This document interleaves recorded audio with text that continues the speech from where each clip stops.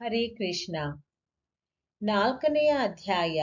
ಚೈತ್ರ ಮಾಸದಲ್ಲಿ ರಾಮಾಯಣದ ಪಾರಾಯಣೆ ಹಾಗೂ ಶ್ರವಣದ ಮಹಾತ್ಮೆ. ಕಲಿಕಾ ಎಂಬ ವ್ಯಾಧ ಮತ್ತು ಉತ್ತಂಕ ಮುನಿಯ ಕತೆ. ನಾರದರು ಹೇಳುತ್ತಾರೆ, ಮಹರ್ಷಿಗಳೇ, ಈ ರಾಮಾಯಣದ ಪಾರಾಯಣೆ ಮತ್ತು ಶ್ರವಣಕ್ಕೆ ಯೋಗ್ಯವಾದ ಇನ್ನೊಂದು ಮಾಸವನ್ನು ವರ್ಣಿಸುವೆನು. ಏಕಾಗ್ರತೆಯಿಂದ ಕೇಳಿರಿ. ರಾಮಾಯಣದ ಮಹಾತ್ಮೆಯು ಸಮಸ್ತ ಪಾಪಗಳನ್ನು ಕಳೆಯುವಂತಹದ್ದು, ಎಲ್ಲ ದುಃಖಗಳನ್ನು ನಿವಾರಣೆ ಮಾಡುವಂತಹದ್ದೂ ಆಗಿದೆ. ಇದು ಬ್ರಾಹ್ಮಣ, ಕ್ಷತ್ರಿಯ, ವೈಶ್ಯ, ಶೂದ್ರ ಹಾಗೂ ಸ್ತ್ರೀಯರು ಹೀಗೆ ಇವರೆಲ್ಲರಿಗೆ ಬಯಸಿದ ಫಲವನ್ನು ಕೊಡುವುದು. ಆದ್ದರಿಂದ ಎಲ್ಲ ವ್ರತಗಳ ಫಲಗಳು ಪ್ರಾಪ್ತಿಯಾಗುತ್ತದೆ. ಅದು ದುಸ್ವಪ್ನ ನಾಶಕವೂ, ಧನದ ಪ್ರಾಪ್ತಿಯಾಗುವುದು, ಭೋಗ ಮತ್ತು ಮೋಕ್ಷರೂಪಿ ಫಲವನ್ನು ನೀಡುವುದೂ ಆಗಿದೆ. ಆದ್ದರಿಂದ ಅದನ್ನು ಪ್ರಯತ್ನಪೂರ್ವಕವಾಗಿ ಕೇಳಬೇಕು. ಈ ವಿಷಯದಲ್ಲಿ ಜ್ಞಾನಿಗಳು ಒಂದು ಪ್ರಾಚೀನ ಇತಿಹಾಸವನ್ನು ಉದಾಹರಿಸುತ್ತಾರೆ. ಆ ಇತಿಹಾಸ ಓದುವವರ, ಕೇಳುವವರ ಎಲ್ಲ ಪಾಪಗಳನ್ನು ನಾಶ ಮಾಡುವಂತಹದ್ದು. ಪ್ರಾಚೀನ ಕಲಿಯುಗದಲ್ಲಿ ಒಬ್ಬ ಕಲಿಕಾ ಎಂಬ ವ್ಯಾಧನು ಇದ್ದನು. ಅವನು ಸದಾ ಪರನಾರಿ ಮತ್ತು ಪರದ್ರವ್ಯವನ್ನು ಅಪಹರಣದಲ್ಲೇ ತೊಡಗಿರುತ್ತಿದ್ದನು. ಬೇರೆಯವರನ್ನು ನಿಂದಿಸುವುದು, ಎಲ್ಲ ಪ್ರಾಣಿಗಳನ್ನು ಪೀಡಿಸುವುದು ಅವನ ನಿತ್ಯದ ಕೆಲಸವಾಗಿತ್ತು. ಅವನು ಎಷ್ಟೋ ಬ್ರಾಹ್ಮಣರನ್ನು, 100,000 ಗೋವುಗಳನ್ನು ಕೊಂದು ಹಾಕಿದ್ದನು. ಪರಧನವನ್ನು ಅಪಹರಿಸುವುದಲ್ಲದೆ ದೇವರ ಹಣವನ್ನೂ ದೋಚುತ್ತಿದ್ದನು. ಅವನು ತನ್ನ ಜೀವನದಲ್ಲಿ ಅನೇಕ ದೊಡ್ಡ ದೊಡ್ಡ ಪಾಪಗಳನ್ನು ಮಾಡಿದ್ದನು. ಅವನ ಪಾಪಗಳನ್ನು ಕೋಟಿ ವರ್ಷಗಳಲ್ಲಿಯೂ ಎಣಿಸಲಾಗುತ್ತಿರಲಿಲ್ಲ. ಒಮ್ಮೆ ಜೀವ ಜಂತುಗಳಿಗೆ ಯಮನಂತಿದ್ದ ಭಯಂಕರ ಆ ಮಹಾಪಾಪಿ ವ್ಯಾಧನು ಸೌವೀರ ನಗರಕ್ಕೆ ಹೋದನು. ಆ ನಗರವು ಎಲ್ಲ ಪ್ರಕಾರದ ವೈಭವ ಸಂಪನ್ನವೂ, ವಸ್ತ್ರಾಭೂಷಣಗಳಿಂದ ವಿಭೂಷಿತವೂ, ಯುವತಿಯರಿಂದ ಸುಶೋಭಿತವೂ, ತಿಳಿ ನೀರಿನ ಸರೋವರದಿಂದ ಅಲಂಕೃತವೂ, ಬಗೆ ಬಗೆಯ ಅಂಗಡಿಗಳಿಂದ ಸುಸಜ್ಜಿತವೂ ಆಗಿತ್ತು. ದೇವನಗರದಂತೆ ಶೋಭಿಸುವ ಆ ನಗರಕ್ಕೆ ಈ ವ್ಯಾಧನು ಹೋದನು. ಸೌವೀರ ನಗರದ ಉಪವನದಲ್ಲಿ ಭಗವಾನ್ ಕೇಶವನ ಸುಂದರ ಮಂದಿರವಿತ್ತು. ಅದರ ಕಲಶಗಳನ್ನು ಚಿನ್ನದಿಂದ ಮುಚ್ಚಿದ್ದರು. ಅದನ್ನು ನೋಡಿ ಕಲಿಕ ವ್ಯಾಧನಿಗೆ ಬಹಳ ಸಂತೋಷವಾಯಿತು. ನಾನು ಇಲ್ಲಿಂದ ಬಹಳಷ್ಟು ಚಿನ್ನವನ್ನು ಕದ್ದುಕೊಂಡು ಹೋಗುವೆನು ಎಂದು ಅವನು ನಿಶ್ಚಯಿಸಿದನು. ಹೀಗೆ ನಿಶ್ಚಯಿಸಿ ಅವನು ಕಳ್ಳತನಕ್ಕಾಗಿ ಶ್ರೀರಾಮನ ಮಂದಿರಕ್ಕೆ ಹೋದನು. ಅಲ್ಲಿ ಅವನು ಶಾಂತರು, ತತ್ವಾರ್ಥವೇತರರು, ಭಗವಂತನ ಆರಾಧನೆಯ ತತ್ಪರರು, ತಪಸ್ಸಿನ ನಿಧಿಯೂ ಆದ ಉತ್ತಂಕ ಮುನಿಯನ್ನು ದರ್ಶಿಸಿದನು. ಅವರು ಒಬ್ಬರೇ ಅಲ್ಲಿರುತ್ತಿದ್ದರು. ಅವರ ಹೃದಯದಲ್ಲಿ ಎಲ್ಲರ ಕುರಿತು ದಯೆ ತುಂಬಿತ್ತು. ಅವರು ನಿಸ್ಪೃಹರಾಗಿದ್ದರು, ಸದಾ ಧ್ಯಾನಲೋಲಪರರಾಗಿದ್ದರು. ಅಲ್ಲಿ ಕುಳಿತಿರುವ ಅವರನ್ನು ನೋಡಿ ವ್ಯಾಧನು ಇವರು ಕಳ್ಳತನಕ್ಕೆ ವಿಘ್ನವೊಡ್ಡುವರು ಎಂದು ತಿಳಿದನು. ಅನಂತರ ಅರ್ಧರಾತ್ರಿಯಾದಾಗ ಅವನು ದೇವರಿಗೆ ಸಂಬಂಧಿಸಿದ ಅಪಾರ ದ್ರವ್ಯವನ್ನು ಎತ್ತುಕೊಂಡು ಹೊರಟನು. ಆ ಮದೋನ್ಮತ ವ್ಯಾಧನು ಉತ್ತಂಕ ಮುನಿಯ ಎದೆಯನ್ನು ಒಂದು ಕಾಲಿನಿಂದ ಒತ್ತಿ ಹಿಡಿದು, ಕೈಯಿಂದ ಕತ್ತನ್ನು ಹಿಡಿದು, ಖಡ್ಗವನ್ನು ಎತ್ತಿ ಅವರನ್ನು ಕೊಲ್ಲಲು ಮುಂದಾದನು. ಉತ್ತಂಕರು ತನ್ನನ್ನು ಕೊಲ್ಲುತ್ತಿರುವ ವ್ಯಾಧನನ್ನು ನೋಡಿ ವ್ಯಾಧನಲ್ಲಿ ಇಂತೆಂದರು. ಉತ್ತಂಕರು ಹೇಳಿದರು, ಅಯ್ಯ, ಒಳ್ಳೆಯ ಮನುಷ್ಯನೇ, ನೀನು ವ್ಯರ್ಥವಾಗಿ ನನ್ನನ್ನು ಕೊಲ್ಲಲು ಬಯಸುತ್ತಿರುವೆ. ನಾನಾದರೂ ಸರ್ವದಾ ನಿರಪರಾಧಿಯಾಗಿದ್ದೇನೆ. ವ್ಯಾಧನೆ, ನಾನು ನಿನ್ನ ಯಾವ ಅಪರಾಧ ಮಾಡಿರುವೆನು ಹೇಳು?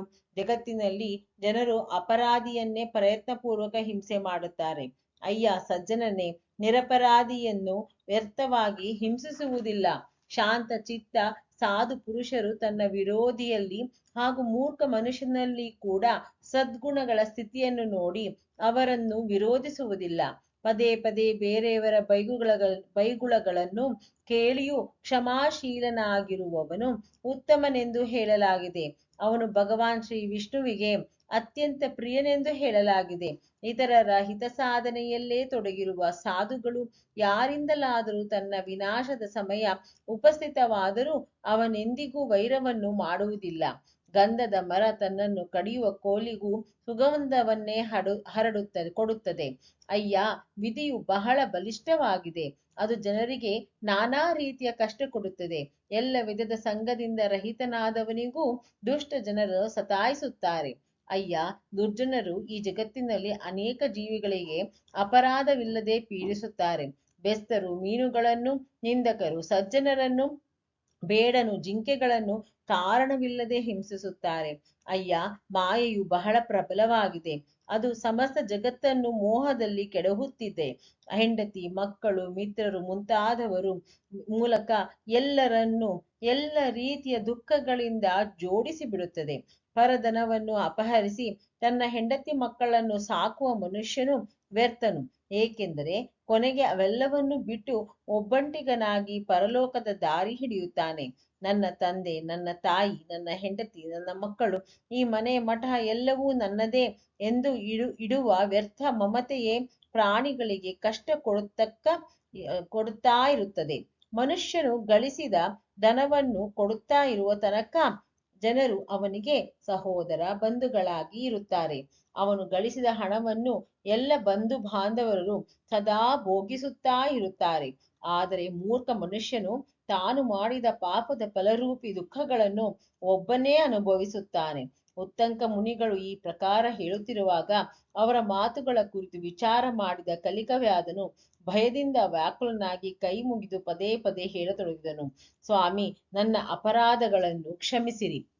ಆ ಮಹಾತ್ಮರ ಸಂಘದ ಪ್ರಭಾವದಿಂದ ಹಾಗೂ ಭಗವಂತನ ಸಾನ್ನಿಧ್ಯ ದೊರೆತದ್ದರಿಂದ ಆ ಬೇಡನ ಎಲ್ಲ ಪಾಪಗಳು ನಾಶವಾದವು ಹಾಗೂ ಅವನ ಮನಸ್ಸಿನಲ್ಲಿ ಭಾರಿ ಪಶ್ಚಾತ್ತಾಪ ಉಂಟಾಯಿತು.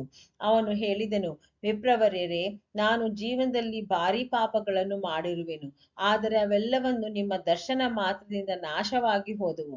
ಸ್ವಾಮಿ, ನನ್ನ ಬುದ್ಧಿಯು ಸದಾ ಪಾಪದಲ್ಲೇ ಮುಳುಗಿರುತ್ತಿತ್ತು. ನಾನು ನಿರಂತರ ದೊಡ್ಡ ದೊಡ್ಡ ಪಾಪಗಳನ್ನೇ ಆಚರಿಸಿದೆ.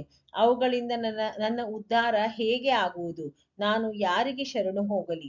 ಹಿಂದಿನ ಜನ್ಮದಲ್ಲಿ ಮಾಡಿದ ಪಾಪಗಳಿಂದಾಗಿ ನನಗೆ ವ್ಯಾಧನಾಗಬೇಕಾಯಿತು. ಇಲ್ಲಿಯೂ ನಾನು ಪಾಪಗಳನ್ನು ಗಳಿಸಿದೆ. ಈ ಪಾಪಗಳನ್ನು ಮಾಡಿ ನನಗೆ ಯಾವ ಗತಿ ದೊರೆಯುವುದೋ? ಮಹಾತ್ಮರಾದ ಬ್ರಹ್ಮರ್ಷಿ ಉತ್ತಂಕರು ಕಲಿಕನ ಈ ಮಾತನ್ನು ಕೇಳಿ ಇಂತಂದರು. ಉತ್ತಂಕರು ಹೇಳಿದರು, ಬುದ್ಧಿವಂತನಾದ ವ್ಯಾಧನೇ, ನೀನು ಧನ್ಯನಾಗಿರುವೆ. ನಿನ್ನ ಬುದ್ಧಿ ನಿರ್ಮಲ ಮತ್ತು ಉಜ್ವಲವಾಗಿದೆ. ಏಕೆಂದರೆ ನೀನು ಸಂಸಾರ ದುಃಖ ನಾಶದ ಉಪಾಯವನ್ನು ಬಯಸುತ್ತಿರುವೆ. ಚೈತ್ರ ಮಾಸದ ಶುಕ್ಲ ಪಕ್ಷದಲ್ಲಿ ನೀನು ಭಕ್ತಿಯಿಂದ ಆದರಪೂರ್ವಕ ರಾಮಾಯಣದ ನವಾಹಕತೆಯನ್ನು ಕೇಳಬೇಕು. ಅದರ ಶ್ರವಣ ಮಾತ್ರದಿಂದ ಮನುಷ್ಯನು ಸಮಸ್ತ ಪಾಪಗಳಿಂದ ಬಿಡುಗಡೆ ಹೊಂದುವನು. ಆಗ ಕಲಿಕವ್ಯಾಧನ ಎಲ್ಲ ಪಾಪಗಳು ನಾಶವಾದವು. ಅವನು ರಾಮಾಯಣದ ಕಥೆಯನ್ನು ಕೇಳಿ ತತ್ಕ್ಷಣವೇ ಮೃತ್ಯುಮುಖನಾದನು. ವ್ಯಾಧನು ಸತ್ತು ಬಿದ್ದುದನ್ನು ನೋಡಿ ದಯಾಳು ಉತ್ತಂಕ ಮುನಿಗಳು ವಿಸ್ಮಿತರಾದರು. ಮತ್ತೆ ಅವರು ಭಗವಾನ್ ಕಮಲಾಪತಿಯನ್ನು ಸ್ತುತಿಸಿದರು. ರಾಮಾಯಣದ ದಿವ್ಯ ಕಥೆ ಕೇಳಿ ಪಾಪರಹಿತನಾದ ವ್ಯಾಧನು ದಿವ್ಯ ವಿಮಾನವನ್ನೇರಿ ಉತ್ತಂಕ ಮುನಿಯಲ್ಲಿ ಇಂತೆಂದನು, ವಿದ್ವಾಂಸರೇ, ತಮ್ಮ ಪ್ರಸಾದದಿಂದ ನಾನು ಮಹಾಪಾಪಗಳ ಸಂಕಟದಿಂದ ಮುಕ್ತನಾದೆನು. ಆದ್ದರಿಂದ ನಾನು ನಿಮ್ಮ ಚರಣಗಳಲ್ಲಿ ವಂದಿಸಿಕೊಳ್ಳುವೆನು. ನಾನು ಮಾಡಿದ ಅಪರಾಧವನ್ನು ನೀವು ಕ್ಷಮಿಸಿಬಿಡಿ. ಸೂತ ಪುರಾಣಿಕರು ಹೇಳುತ್ತಾರೆ, ಹೀಗೆ ಹೇಳಿ ಕಲಿಕನು ಮುನಿಶ್ರೇಷ್ಠ ಉತ್ತಂಕರ ಮೇಲೆ ಸುರ ಕುಸುಮಗಳ ಮಳೆಗೆರೆದನು. 3 ಬಾರಿ ಅವರಿಗೆ ಪ್ರದಕ್ಷಿಣೆ ಬಂದು ಅವರಿಗೆ ಪದೇ ಪದೇ ನಮಸ್ಕರಿಸಿದನು. ಅನಂತರ ಅಪ್ಸರೆಯಿಂದ ತುಂಬಿದ ಸಮಸ್ತ ಮನೋವಾಂಛಿತ ಭೋಗಗಳಿಂದ ಸಂಪನ್ನವಾದ ವಿಮಾನದಲ್ಲಿ ಆರೂಢನಾಗಿ ಅವನು ಶ್ರೀಹರಿಯ ಧಾಮಕ್ಕೆ ತಲುಪಿದನು. ಆದ್ದರಿಂದ ವಿಪ್ರರೇ, ನೀವೆಲ್ಲರೂ ರಾಮಾಯಣದ ಕಥೆ ಕೇಳಿರಿ. ಚೈತ್ರ ಮಾಸದ ಶುಕ್ಲ ಪಕ್ಷದಲ್ಲಿ ಪ್ರಯತ್ನಪೂರ್ವಕ ರಾಮಾಯಣದ ಅಮೃತಮಯ ಕಥೆಯನ್ನು ನವಾಹ ಪಾರಾಯಣೆಯನ್ನು ಅವಶ್ಯವಾಗಿ ಕೇಳಬೇಕು. ಇದಕ್ಕಾಗಿ ರಾಮಾಯಣವು ಎಲ್ಲ ಋತುಗಳಲ್ಲೂ ಹಿತಕರವಾಗಿದೆ. ಇದರಿಂದ ಭಗವಂತನ ಪೂಜೆ ಮಾಡುವ ಮನುಷ್ಯನು ಮನಸ್ಸಿನಿಂದ ಬಯಸಿದ್ದೆಲ್ಲವನ್ನೂ ಪಡೆದುಕೊಳ್ಳುವುದರಲ್ಲಿ ಯಾವ ಸಂಶಯವೂ ಇಲ್ಲ. ಸನತ್ ಕುಮಾರರೇ, ನೀವು ಕೇಳಿದ ರಾಮಾಯಣದ ಮಹಾತ್ಮ್ಯವೆಲ್ಲವನ್ನು ನಾನು ತಿಳಿಸಿದೆ. ಇನ್ನು ಏನನ್ನು ಕೇಳಲು ಬಯಸುವಿರಿ? ಶ್ರೀ ಸ್ಕಂದ ಪುರಾಣದ ಉತ್ತರಖಂಡದಲ್ಲಿನ ನಾರದ ಸನತ್ಕುಮಾರ ಸಂವಾದದಲ್ಲಿ ಚೈತ್ರ ಮಾಸದಲ್ಲಿ ರಾಮಾಯಣ ಕೇಳುವ ಫಲದ ವರ್ಣನೆ ಎಂಬ 4ನೇ ಅಧ್ಯಾಯ ಪೂರ್ಣವಾಯಿತು.